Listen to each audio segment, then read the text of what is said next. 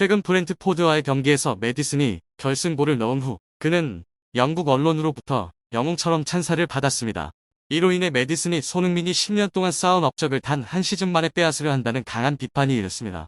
토트넘은 전적으로 잉글랜드 선수들로 구성된 팀으로 손흥민을 잃고 강등권에 빠질 위험에 처해 있는데요.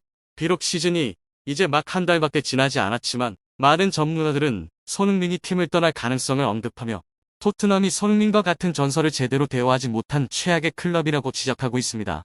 심지어 토트넘 내부 소식통에 따르면 손흥민의 이적을 준비하는 징후들이 계속 나타나고 있어 팬들에게 큰 충격을 주고 있습니다. 이러한 상황 속에서 맨체스터 시티의 펩 과르디올라 감독은 손흥민과 매디슨에 대한 충격적인 발언을 했죠. 그는 심지어 맨체스터 시티가 미드필더 포지션이 부족함에도 불구하고 매디슨을 영입할 생각이 전혀 없다고 밝혔습니다. 이 발언은 많은 주목을 받고 있습니다. 과연 펩 과르디올라 감독이 어떤 말을 했는지 오늘 영상에서 함께 알아보시죠. 토트넘의 회장 다니엘 레비는 토트넘의 3명의 전설적인 선수들을 언급했습니다. TPL 풋볼에 따르면 다니엘 레비는 자신이 2001년 클럽에 합류한 이후 토트넘이 단 한 차례의 주요 타이틀을 차지했다고 밝혔는데요. 그 유일한 타이틀은 2008년 리그컵이었으며 당시 토트넘의 감독은 후안 데 라모스였고 조나단 우드게이트가 결승전 최우 선수로 선정되었습니다. 레비는 또한 클럽의 자랑스러운 순간으로 챔피언스리그 결승 진출과 토트넘 핫스퍼 스타디움 개장을 언급했지만 클럽의 전설적인 선수들에 대해 묻는 질문에 그는 가레스 베일, 디미타르 베르바토프, 그리고 해리 케인만 언급했습니다. 손흥민의 이름이 이 명단에 포함되지 않은 것은 놀라운 일이었습니다. 손흥민의 팬들은 그가 클럽에 큰 공헌을 했음에도 불구하고 전설적인 선수 목록에서 언급되지 않았다는 사실에 실망하지 않을 수 없었습니다. 손흥민은 2015년 토트넘에 입단해 현재까지 8시즌 이상 클럽에서 뛰고 있죠.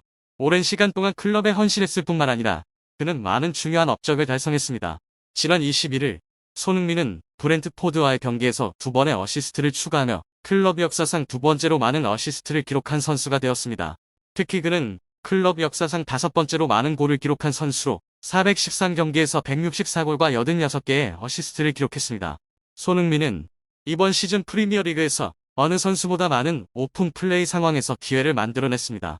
그는 케빈 데 브라이너, 브루노 페르난데스, 마르틴, 웨데가르드 같은 리그 최고의 플레이메이커들을 능가했습니다. 손흥민은 단순한 스트라이커가 아니라 세계적 수준의 플레이메이커로 성장했는데요. 그러나 일부 전문가들은 다른 반응을 보였습니다. 몇몇 사람들은 손흥민의 가장 큰 강점은 결단력 있는 마무리 능력이라며 그가 동료를 지원하는 역할을 맡게 된 것은 클럽이 그를 떠나보낼 준비를 하고 있기 때문이라고 주장했습니다. 그들은 또한 손흥민의 변화로 가장 큰 이익을 본 선수들이 모두 잉글랜드 출신이라고 말하며 토트넘이 해리 케인을 대체할 새로운 잉글랜드 스타 세대를 배출하려는 계획의 일환이라고 비판했습니다. 최근 스카이 스포츠와의 인터뷰에서 매디슨은 함께 뛰었던 최고의 동료가 누구냐는 질문에 주저없이 해리 케인을 꼽으며 그를 여전히 그리워하고 있음을 드러냈습니다. 이 인터뷰 후 팬들은 왜 매디슨이 지금 케인을 언급하는가? 그는 토트넘이 손흥민을 중심으로 운영되는 것에 불만을 표시하는 것인가? 라는 의문을 제기했죠.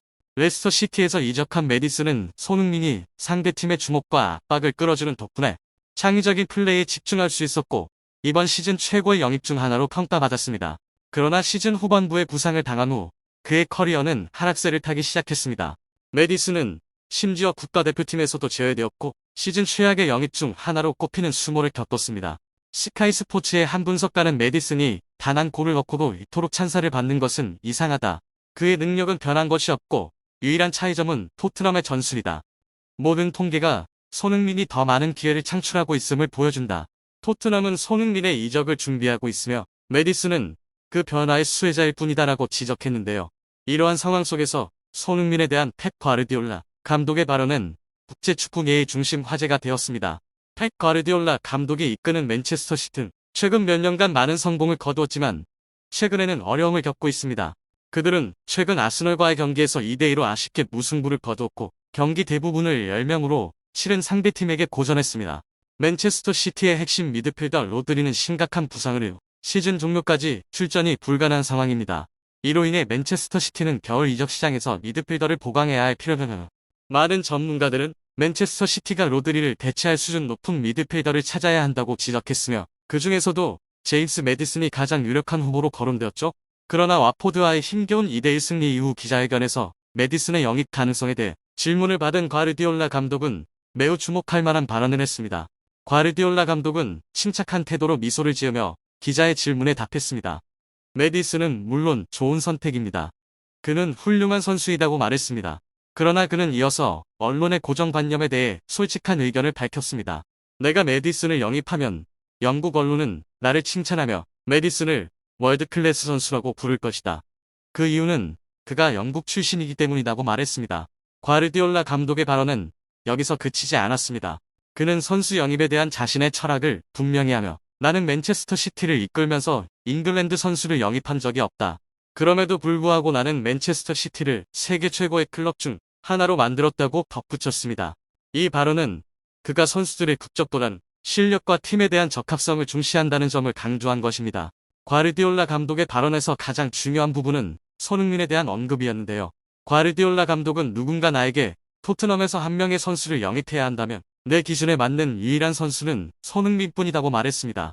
그는 손흥민이 맨체스터 시티와의 여러 맞대결에서 자신을 여러 차례 골치 아프게 했다고 솔직하게 인정했는데요. 그러나 과르디올라 감독에게 손흥민이 특별하게 보이는 이유는 그의 뛰어난 축구 실력뿐만 아니라 훌륭한 인격에도 있다고 밝혔습니다. 손흥민은 오랜 기간 동안 자신의 가치를 증명한 선수이다. 우리는 그런 선수를 월드클래스라고 부르죠. 그는 동료의 기량을 한 단계 높여줄 수 있을 뿐만 아니라 혼자서도 경기를 결정할 수 있다. 더 중요한 것은 그는 인성이 훌륭한 선수로 결코 문제를 일으키지 않다고 말했습니다. 이러한 과르디올라 감독의 칭찬은 단순한 기술적인 평가가 아니라 팀의 발전에 있어 인성이 좋은 선수의 중요성을 강조한 발언이었습니다. 그는 팀이 건강하게 성장하기 위해서는 손흥민 같은 선수가 필요합니다. 이것이 내가 토트넘을 부러워하는 유일한 이유이라고 말했습니다. 과르디올라 감독의 발언은 손흥민을 맨체스터 시티의 잠재적 영입 대상으로 만들어 축구계의 큰 화제를 불러일으켰는데요. 과르디올라 감독의 몇 마디 말만으로 손흥민은 이적 시장에서 가장 주목받는 이름 중 하나가 되었고 전 세계 축구 팬들을 뜨겁게 달구고 있습니다. 한편 BBC의 기자 나세르 킨셀라에 따르면 손흥민은 2024년 토트넘 팬포럼에 참석해 과도한 경기 일정에 대한 선수 보호 문제에 대해 우려를 표명했습니다. 손흥민은 현재 경기 일정이 점점 많아지는 상황에 대해 우리는 그것을 통제할 수 없다. 선수들은 대회에 참가할 때 충분한 휴식을 취하지 못한다고 느끼고 있다. 우리는 새로운 시즌을 준비하기 위해 겨우 2주간의 휴식을 취할 수 있다고 말하며 선수들이 과도하게 경기를 소화하고 있다고 강조했습니다. 경기 일정이 점점 많아지면서 많은 선수들과 감독들이 불만을 표명하고 있는데요. 그러나 피파와 같은 조직들은 대회의 규모를 계속 확장하고 있습니다. 최근 피파는 클럽 월드컵의 규모를 확장해 6개 대륙의 우승팀들이 참가하는 대회를 32개 팀이 참가하는 대회로 변경하여 6월 중순부터 7월 중순까지 진행할 계획입니다. 이로 인해 대회에 참가하는 선수들은 자신의 휴식 시간을 줄여야 할 것입니다. 일반적으로 유럽의 주요 대회는 6월 초에 종료되며 선수들은 7월 초에 새로운 시즌을 준비하기 위해 훈련에 복귀하기 전 약 한 달의 휴식을 취합니다. 그러나 클럽 월드컵에 참가하게 되면 이 휴식 시간이 단축될 것입니다. 손흥민은 선수들이 새로운 시즌을 준비하기 전에 겨우 2주간의 휴식을 취할 수 있다고 강조했죠. 클럽 월드컵 외에도 월드컵과 다른 대륙 챔피언십 같은 주요 대회들이 매년 개최되고 있습니다. 이러한 대회들은 피파와 같은 조직들이 중계권 수익을 얻는 데 이점이 있지만 선수들에게는 더 큰 부담을 안겨주고 있습니다. 손흥민은 경기 일정의 과중함에 대해 누구보다 잘 알고 있습니다. 2019년 프로축구 선수 협회 보고서에 따르면 손흥민은 한 해 동안 78경기를 소화하며 국가대표팀 경기에 출전하기 위해 11만 600km 이상을 이동했는데요. 2018-2019 시즌 동안 그는 유럽에서 가장 많은 경기에 출전한 선수였으며 가장 먼 거리를 이동한 선수였습니다. 2019년 이후로도 손흥민은 클럽과 국가대표팀을 위해 긴 휴식 없이 헌신해왔습니다. 이는 분명 그의 체력에 영향을 미쳤을 것입니다.